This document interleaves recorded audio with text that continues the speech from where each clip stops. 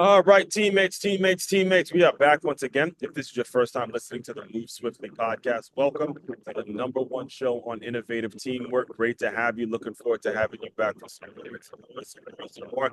We're not planning on stopping this movement we've created just about 4 or 5 years ago now. To my regular listeners, you guys already know how we get down, man. Right to the point, and whatever the challenge, the obstacle, whatever you feel like is in your way right now, we're here to indirectly tell you you are not going through it alone. Today, I have Lee Benson, the founder of want to call him a founder of one thing, but there's so many things that he has done in the past. Right now, what we're going to dive into is the concept of ETW, which is a book. Is it a book that you're? It's more of a consulting service, right? Execute to win. Yeah, ETW stands for Execute to Win. Right. And excuse my voice, my allergies are really acting up today. But yeah, Execute to Win, it's a consulting company, and we have a methodology, and I have a book titled Your Most Important Number that outlines the mind management system for helping companies create value faster.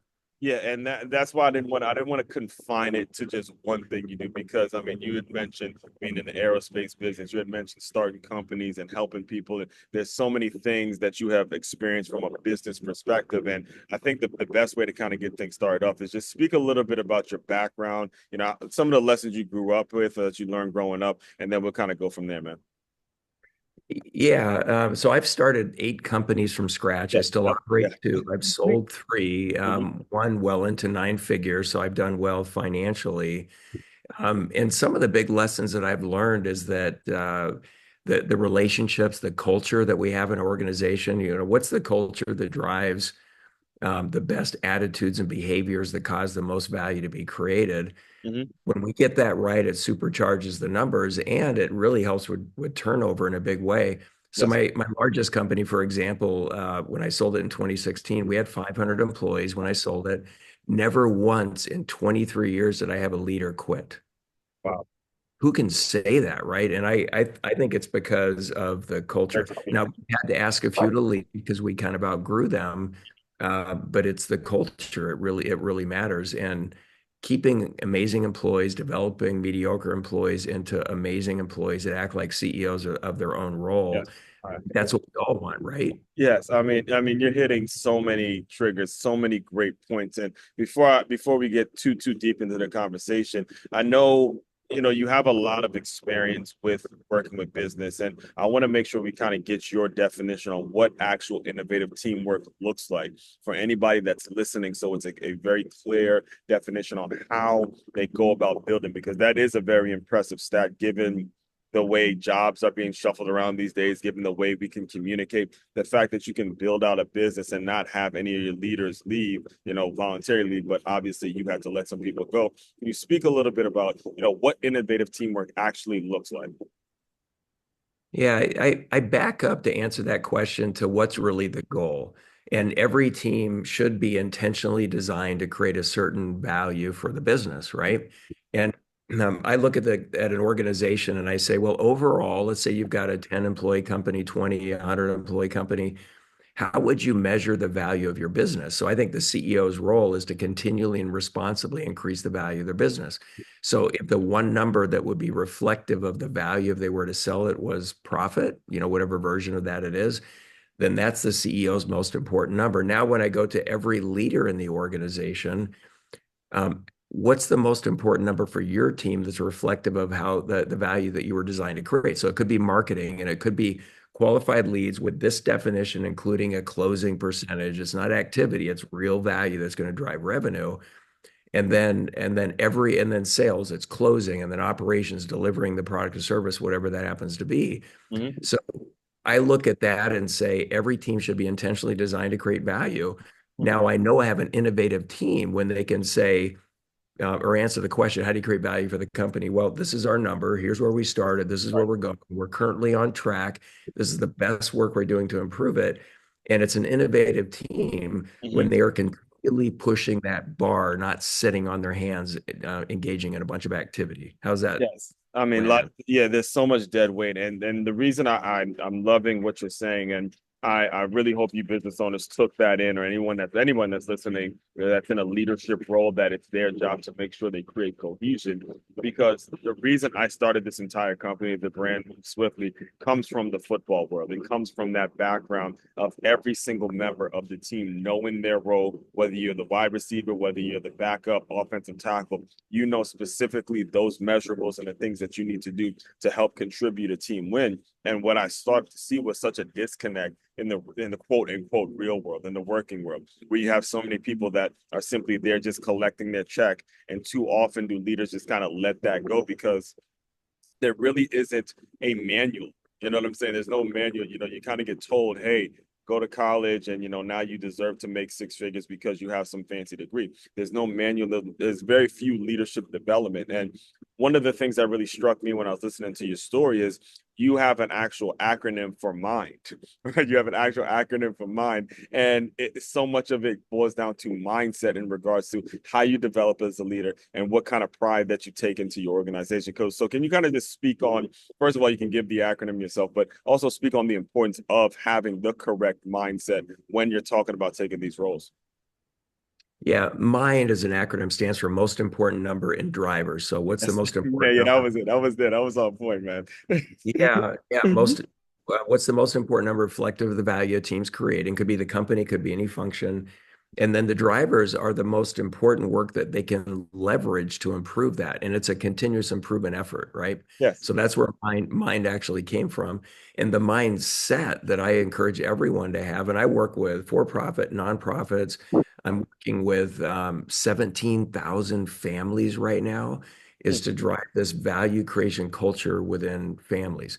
So the mindset within companies is a value creation mindset. How do you create value for the business? For all the listeners, ask your leaders, ask anybody in your organization that question. How do you create value for the organization, for the business?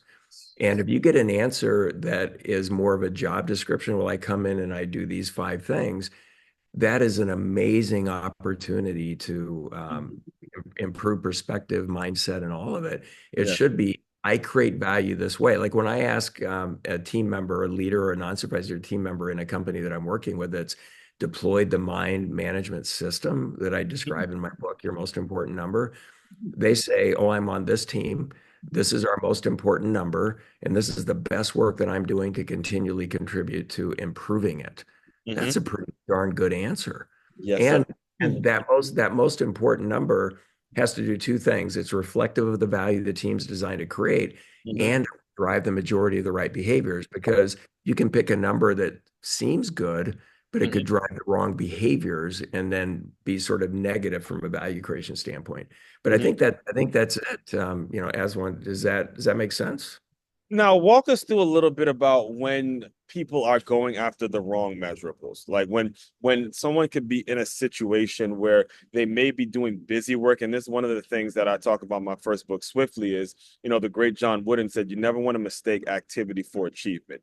So when we're talking about knowing how to create that value, a lot of people don't really understand where to start. All right. And you had mentioned the nonprofit space, you had mentioned the business space and working with families. And in my opinion, they all sort of align because everybody's trying to find their role and everybody wants to feel valued. Everybody wants to feel like they're actually going to work, or they're in their families and they're improving. But some people just don't know where exactly we're going to find a measurable. And it's crazy that you had mentioned job description, because there's the school I teach at currently, one of the biggest issues I have is dealing with the person who would just go to a job description and say this is what you're supposed to do, but never actually say, hey, this is how we create value because we're a startup business and there's something all of us can be bringing to the table. So where can you give some examples and where maybe some business owners may feel like they're doing the right work, quote unquote, but they're getting the number wrong because they're not seeing results year in and year out?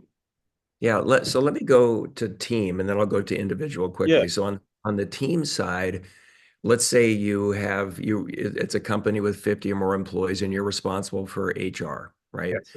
And you decide, hey, I think our most important number should be retention. And everybody goes, oh yeah, that sounds good. Let's make that our most important number. Great. 3 years later, you kept 98% of everybody, but 50% of the folks can't do their job. But you won because you picked retention. And Right. then you were going after it thinking that like you're progressing, like you're going as thinking you're success because you're seeing that number. 100%. So a better, most important number for HR would be percentage of seats filled with capable people. Right. And now we're driving all the right behaviors, not the wrong behaviors, that we're recruiting better, we're training better, giving leaders the tools they need, leadership development, all of that is we're driving the right behaviors. So that's an example of it. Now, how do you know? Let's go to the individual level. How do you know that you have a capable person sitting there? Well, for every single role, I never go to a job description. It makes no sense to me. I look at it and say, what are the outcomes they're going to be held accountable to? Yes. What are the basic duties that they have to do, administrative, whatever it is, like every role has that. And what are the capabilities that they need to be able to have a good shot at achieving those outcomes? Hmm. So when I think about football, let's say you hired me to join a team Hmm. and I've never run a day in my life and I'm, 100 pounds overweight. I couldn't do that job. It's right. I wouldn't be in shape to do it. So I like within a company having, hey, here's a role. You're going to fill this role. There's 1 to 4 max outcome-based responsibilities that we're going to measure you on. And when we hire them, we say, we're hiring you. This is incredibly important, or we wouldn't even have this role. Like it's important. Every job in the company is important, or we wouldn't have it. Why have it? Yes. And here's how we're going to measure it. And do you believe you can do that? And it's always, oh, of course. And if I can't do that, something's wrong with me. Well, nothing's wrong with you, but Hmm. thank you for giving this a shot. And here's what it looks like over time, and you need to stay on track. But if it falls below this line, it won't work. We'll have to make a change. Do you understand that? Yes. Right up front, we had that conversation. Okay. And you're going to need these capabilities to have a good shot of achieving it. You have about 3/4 of them. So we're going to be training you on the other ones. This is your training program over here. And then here's a list of sort of general duties that you have to make sure you're doing every day as part of your job. And now, when it doesn't work, well, let me back up. For every 10 that you would have to fire because it didn't work out, you'll save 6 or 7 of them at a minimum Yep. because you were so clear about the measurable objectives they have to hit and their training program about the capabilities to be able to achieve it. Yes. And I would say 49 out of 50 times when you have to let somebody go, if you've done it the right way, 49 out of 50 instances, they're going to, yeah, I totally get it. We talked about this. And in fact, when I brought people in and I've said, even before their butt hits the seat in my office, when I've had to let people go, hey, this isn't working out. We both know there's no surprises. They already know because we're measuring this. Let me help you find another job. Maybe there's something in the company, but I'm going to help you find something that works for you because Yep. everybody is right for some culture and some position out there. Hmm. And I always made it a rule where every leader, if you had to let somebody go, you missed it too, bringing them in, both take Hmm. responsibility. You have to Exactly. stay in touch with them for at least a year after they leave. Hmm. But there is that one occasion out of about 50 where they throw it back and they do something I call weaponizing false morality. But I'm a good person. How could you fire a good person? It's like, no, hang on. Right. Yeah. I've heard a lot of that. We paid you 100% of what we said we would when we said we would. You said you would deliver this. You've been delivering 30%. Hmm. It's not equitable. This doesn't make, it has nothing to do with who you are as a person. Thank you so much for trying. So Yeah. that's like team and then individual. If you do this, Mhm. you have a much higher chance of success. Yeah, so there's two lenses that you guys have to take away from that. One is from the owner's perspective, which is the transparency, which is before you even get yourself to a point where you're bringing anybody in for a role, you have it in your own head. You have it clear what your business needs, what your business is all about, and specifically what you're looking for in a person. Now, from the employee perspective, there's an appreciation that's going to come with that transparency. There's an appreciation that's going to come with that clarity to where, like he said, if they're not measuring their measurables that were clearly laid out to them, they have really nothing to say. It's one of my favorite sayings that my coach used to say all the time. The film don't lie. Film does not lie. He would, if you want to complain about playing time, we'll go in the film room, click it, and say, this is you. That's your number. You can't, you're not hacking it, you're not making the play. And to me, that is the way that businesses should be run, because when you start getting this information earlier and earlier and earlier, you start getting clarity in terms of what you want your career to be, and you can start transitioning from this idea of having a job and more so focus on what your career is. The issue is, and one of the things I want to kind of get your opinion on is we have technology, and you've been in business for decades, and I'm sure with the way we communicate with people, with the way people now actually sell themselves for jobs, we got chat gpt write resumes for folks, we got college kids confused about where they should apply. How has technology at all, have you thought, affected the way businesses are run and how they go about creating this culture, and do you think it's been a positive and negative? What's your overall just take on how these forms of technology and AI is affecting the way people are able to lead and run their businesses? Yeah, it can help or hurt. And the way I Mhm. like to say it is if the methodology and process and culture is right, it can help in a really big way. If Mhm. the methodology, process, and culture isn't value creating, then a tool won't help. Tools don't matter, right? Mhm. Because some will say, oh, I'm going to install this software. We're going to start using AI. Well, based on what? If it doesn't work manually, the tools don't matter Yeah, um, until the methodology is solid for creating value, right. and then the tools can make it easier to sustain and scale. So that's how I think about it. Yeah. Yes, and I'm glad you brought that up, because one of the things that I remember, I was Stacy that I was chatting with to set up the interview, and she was telling me how you actually just started a podcast, and the name of the podcast is Show Your Value. And I'm gonna let you talk about it in a second, but I do want to make sure I tell this story because it was back when, man, it was I lost everything, Lee. Like I went bankrupt, lost my car, got repossessed. I was sleeping out of the car that got repossessed. Phone got taken away because I tried to start up my own minor league team. Luckily, I was only 25 when that happened, so I was able to bounce back. But I would sit in on this entrepreneurship class at the University of Maryland, Eastern Shore, because I was trying to work with the professor in business. And I remember after the class one time, I said, how do you teach entrepreneurship? How exactly do you teach it? And he just ran through a whole list of all you have to do is create shareholder value. And when I listen to you talk and I hear the title of your podcast, it's like if you just figure out how to continue to create value in yourself, something good's going to happen and something's going to click. So, all that being said, speak on how you started it, what the show is all about, and all that kind of stuff. Yeah. And for me, I would say there's three buckets of value creation. There's material value creation. So you want to get a good return for the investors, the shareholders. That's super important. There's emotional energy value to be created, which is the X factor for leaders. What does it feel like? How do they show up? How are they passionately talking about what's possible and engaging everybody in these productive conversations and action to actually get there? Hmm. And then there's the spiritual value creation bucket. In the context of a business, it's about connectedness. Whether you're deeply religious or the opposite, it doesn't matter. Being connected is important to everybody. And that's why I put it all into that bucket. Hmm. And so for me, it's about keeping value creation in balance with all three of those in a business. And one of my companies that I sold for well into nine figures, uh, we got a 21.6x multiple of EBITDA when our strongest competitors might have gotten 8 at the time Hmm. because we were creating holistic value in how we were positioned. Every team member really did think and act like they were the CEO of their own role. Everybody knew their stuff. People would comment when they walked through the facility. Everybody looks you in the eye, they shake your hands, and they talk about the profitability and what they're doing next to create even more value in their department. For our world, it was an electroplating shop, or it was a hydraulic shop, or it was a hangar where they were refurbishing helicopters. All of it. That's pretty cool. And we grew really fast, and we had a believable story around where we're going. But for me, it was about creating value in those three buckets and thinking about value creation holistically. And it's interesting. I actually feel better the more balanced I am in those three. It's not equal. It's different for everyone. Yeah. But the more I really cultivate the emotional energy and the connectedness value creation with the material, and I want to get better at all of those for as long as I'm here on this planet, Hmm. I just feel better. And even a few times where I've lost money investing, if the net positive value was better because of what I got on the emotional energy or the connectedness spiritual side, Hmm. then I am totally good. So I think it takes a while to get people's heads around that, and that holistic value creation perspective is really important.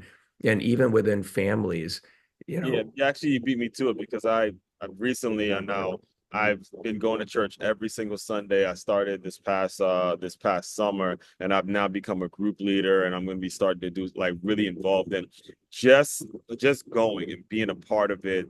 It creates something to where the pressure's off, and it brings back that balance. And when you had already mentioned being or working with family members and figuring out a way to create a balance between your business and your family. Now, I grew up in a home where that balance was kind of off. It was really focused on business, but the family element, you could see that they were despondent. So when you talk about creating that balance, can you give maybe some practical examples for any business owners that are listening in that may be struggling with how am I going to create this business? How am I going to lead, but then also show up with my family, which is obviously incredibly important as well. Yeah, and for a business, if you want to continually increase the value of the business responsibly, of course, over time, if you get the all three of those things right, it'll increase the value much faster for the business. So if I take emotional energy, and this is around the leadership bucket, most companies don't have a definition of what it means to be a leader in their business. And for me, a simple definition that I blanket everywhere I go, and I've worked with hundreds of companies, my own companies, is leaders get results and they foster an environment where every team member is intrinsically motivated and empowered to create more value over time. And that's it. And it's how we show up. And when leaders do that, when folks talk about engagement and they do surveys to see how engaged everybody, I think it's mostly a joke Yeah. when they do it They're that kind of way. checking a box with those, and it gets kind of generic. Oh my gosh, right. It's like what I want is productive engagement. And so if we have people that are 20, 30% energetically engaged in creating value for a business, which is probably and may even be lower than that across the United States on average, you get a certain level of value creation. Well, if you get the leadership emotional energy piece right and how they show up and always talking about what's possible and where we're going and engaging people in doing that, what if you increase that sort of energetic, productive engagement to 70%, 80% or higher? That immediately drives results. It's incredible. So that's an example of how to do that. It's like intentional leadership development to drive that emotional energy and for this higher level of productive engagement inside the organization. And then on the spiritual value creation bucket, it's about connectedness. So what are the company rituals and programs that you have to provide more opportunities for team members to engage with each other? Yeah. And the larger company that I sold, I actually put in a 10,000 square foot gym, had two full-time functional movement certified trainers. You couldn't use the equipment on your own.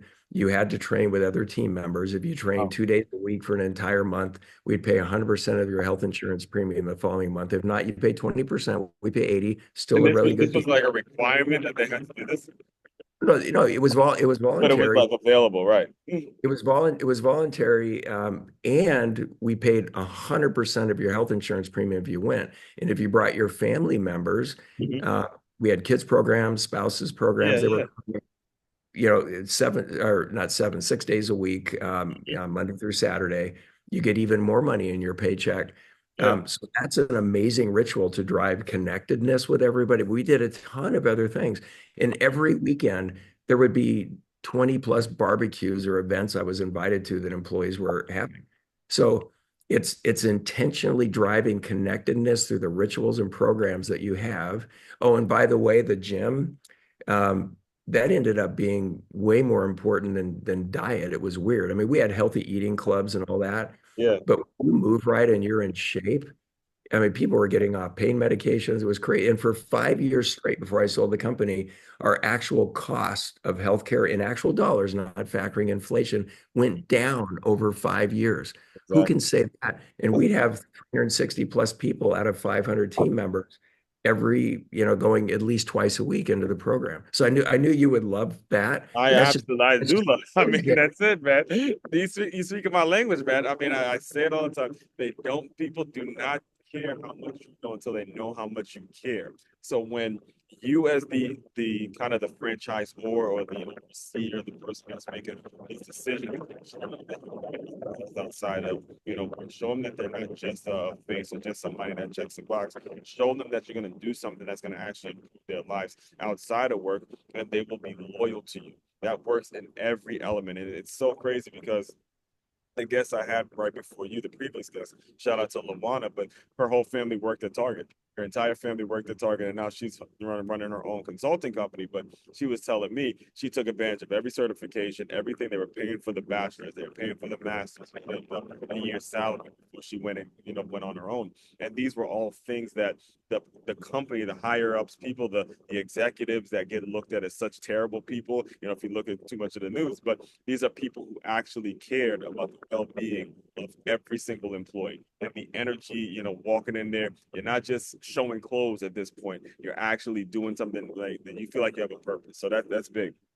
Yeah. Well, and there's an important piece I learned, and I've made every mistake you can make. The first year in '93, when I started my first business, I think I almost went out of business 15 times that year. I mean, I've got all the stories and made so many mistakes. Yeah. What I learned about this gym and making it successful, even though it's really good and everybody should do it, human nature doesn't just do things like eat healthy and work out because No. they should, Right. and it's good for them.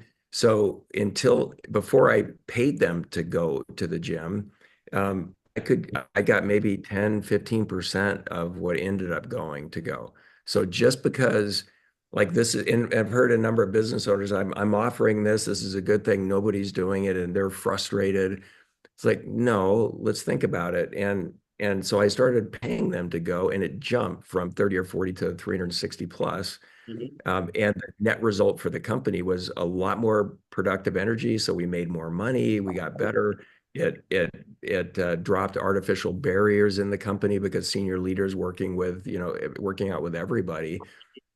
And we saved, gosh, I don't know, $1.5 million a year on healthcare spend, even though we spent 600 grand a year on the program, including, paying everybody on this. So we have to factor in human nature. And I don't know if that's landing right when I talk about this, but just because it's something good and people don't respond to it, I don't think we should get frustrated. It just tells me we designed the program inappropriately, factoring in human nature drivers.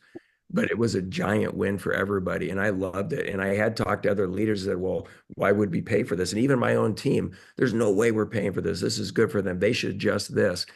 Yeah, but human nature doesn't should just do that. That's just the way it goes. So anyway, so talk to me about how that lands on you. It was an Yeah, no, interesting. I hired a business coach. Shout out to Trey Baldwin if you're listening, but he would call that feeding medicine to a dog.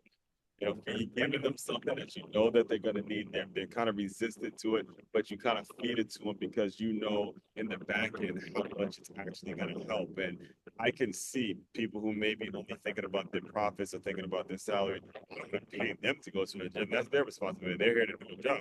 But then you're like, hey, wait a minute. If you want to keep this job over time, you're going to have to continue to make moves that show people that are sure they're going through life, folks. All right, you're not just, I mean, again, we come in and we're trying to put our head down, we're trying to work, but you're going through life when you come in into whatever form of employment that you may have, and you as that owner, you as that person that has responsibility to make the correct decisions, you have to show them that you care. All right, the greatest, I can go on a rant on this, the greatest coaches I've ever played for, all right, they simply show that you care. Hey, how's mom doing? Hey, how's your sister doing? How's school going? Small things that makes it so, all right, I'm gonna run through a wall for that guy.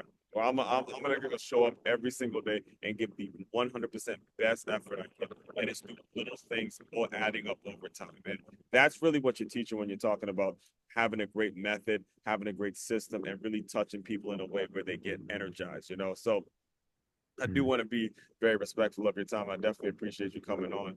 What would you say is like the next phase for you? If anybody wants to reach out to you, where do you sort of send them, and what do you see coming down the pipeline? Yeah, you asked this question in the beginning, like what was it like early in life for me and all Yeah. that. I came from a super low income family, family members in and out of prison, some for some really bad things. Oh no.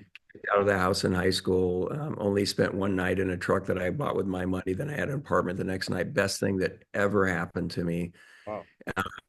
And so I'm what I'm passionate about is unlocking the largest area or pocket of pent-up value creation potential, and it's the kids in low-income families. Hmm. And so I took over in May as the board of directors of this company called Dinner Table. I took over in May as their interim CEO, And we built 17,000 plus, almost 18,000 now. I just looked a little bit ago, families that are in our dinner table family community. And that's a free community. They can find that at dinnertable.com. And then they can join communities that are even tighter knit, doing more deep work around this stuff. And I have my own Is community. this just in Phoenix, or would that be something we could spread, Oh, any? it's global. When Oh, I okay. every Thursday night I do a call for anybody interested in joining a community, becoming a coach, being an affiliate, offering it to their employees as a benefit. And I get calls from Pakistan, South Africa, Hmm. South America, all over the U.S. and Canada, Mexico. So this is something I want to take to millions of families. So what's next for me? I mean, I feel like, I just know the reason I'm here today is to continually promote these holistic value creation behaviors in families, for-profit companies, nonprofit companies, and dinner table is an amazing place to get it right for families. So I love the work that's going on, and I'm just going to keep doing this. I also run CEO mastermind groups where CEOs, I limit it to 8 so we can do a deep dive on everybody's business at Right. least every 2 months. It's 1 day a month commitment. And it's about driving holistic value creation there over the next 10 years. I literally want hundreds of chairs Hmm. with maybe 3 or 4 groups each around the world. Plus, we help companies do this. They can DIY it, they can use our consultants for help around it. But all of it's about that. It's all about driving this behavior out in the world. And I think that'll make a dent. If I can get this into millions of families and millions of employees in a number of different organizations, Hmm. that's going to be incredible.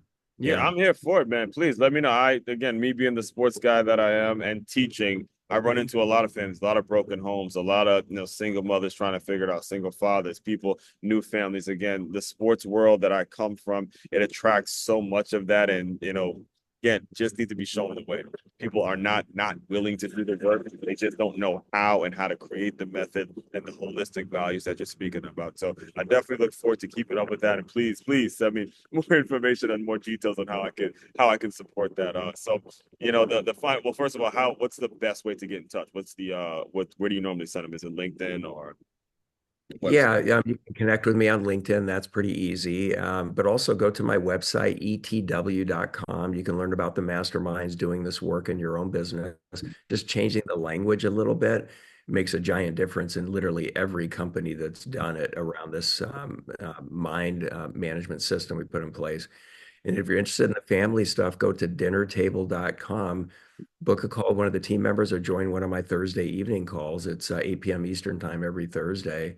And this is a real movement. I have one community that I started in September for the parents of the Black Mothers Forum micro school kids, uh, low income families. Anyway, a lot of tough stories in there. And what I think, I mean, I think there's more drive there. The Yeah. key is changing perspective, and I've heard you talk about that in a couple of the podcasts that I listened to getting ready for this. Once we change perspective, those kids can do more than I've ever done in my life. I mean, that's so And I that's see it every day, man. I see it every day in the smallest ways. Actually, I was just talking about that this morning on a live stream where, it was last week, and from the majority of the students that I teach are young Black girls, and they were being fed so much nonsense about the election, about how, oh my God, it's over, and then because the wrong person, quote unquote, and there was almost a fight that I had to break up between a Black girl and a white boy. Say, look, the fact that both of them made it means now you get to figure out ways in which you can come up with policy. Think about what they were able to accomplish and start to apply it in your own life. And they actually started to become friends, and they had a great conversation when you just keep them from divisive language in general. So you're right. When you show a kid that, what? yeah, It's another level of like what they can do. And it's so amazing to see that. That's probably the best part of teaching at the school I teach at, is seeing that little thing. yeah. Yeah, I'm teaching a class to probably 60 parents, so 30, Yeah, 34 you see that, right. Yeah, that's awesome. tomorrow. Doing that tomorrow for my birthday. It's the best thing I can Oh, think oh, of. there you go. Happy birthday. That's awesome. All right, so Lee, the final thing I do to close out all the shows is I want you to use your imagination a little bit. Yeah, think back to when you were a teenager, go back to teenage version of Lee, you're struggling, you're trying to figure out where your next meal is. You're seeing things, poverty and all that kind of stuff. Pretend that that version of you has come into the Zoom room, give him some words of encouragement, and we will officially close. The challenge with that is saying something they would actually hear. And so the words of encouragement I would give is learn to value struggle, because whether it's healthy struggle, unhealthy struggle, or intentionally designed struggle, that is where you grow from. And that's where you come out of it creating more and more value. Struggle to get a capability or character trait, build self-esteem, self-confidence, use that to create value and keep going. Mm-hmm. That's what I would say. Learn to value struggle. It's huge. Yes, sir. I would, I mean, 1000% agree with you, man. That struggle piece, it comes out in subconscious ways whenever something happens, boom, you're ready to go because of that specific struggle. So, all that being said, fellow teammates, continue to move swiftly. We will talk more soon.